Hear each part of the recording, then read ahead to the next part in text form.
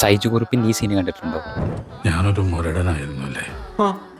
എന്ത് സൈജു കുറുപ്പ് എന്ന് പറയുമ്പോൾ പെട്ടെന്ന് എല്ലാവർക്കും ആടിൽ തറക്കിലബുവിൻ്റെ ക്യാരക്ടറായിരിക്കും ഓർമ്മ വരിക. പക്ഷേ ആളുടെ കുറേ പടങ്ങളും പെർഫോമൻസസും ഭയങ്കര അണ്ടർ റേറ്റഡ് ആയിട്ട് തോന്നിയിട്ടുണ്ട്.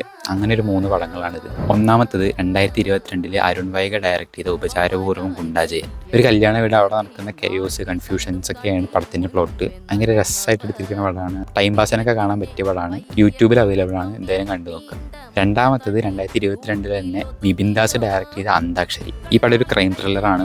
നല്ല പെർഫോമൻസസും പ്ലോട്ടൊക്കെ ഉള്ളൊരു പടമാണ്. സൈജു കുറുപ്പ് അതേപോലെ സന്ദീപൊക്കെ അഭിനയിച്ചിട്ടുണ്ട്. എന്തായാലും കണ്ടു നോക്കുക. സോണി ലിവിലാണ് സ്ട്രീം ചെയ്യണം. മൂന്നാമത്തത് 2024 കൃഷ്ണദാസ് മുരളി ഡയറക്റ്റ് ചെയ്ത ഭരതനാട്യം.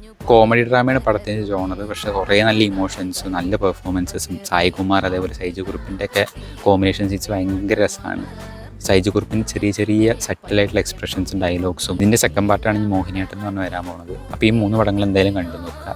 ഈ പടങ്ങളൊക്കെ കണ്ടിട്ടുണ്ടെങ്കിൽ നിങ്ങളുടെ അഭിപ്രായം കമൻറ്റ് ചെയ്യുക.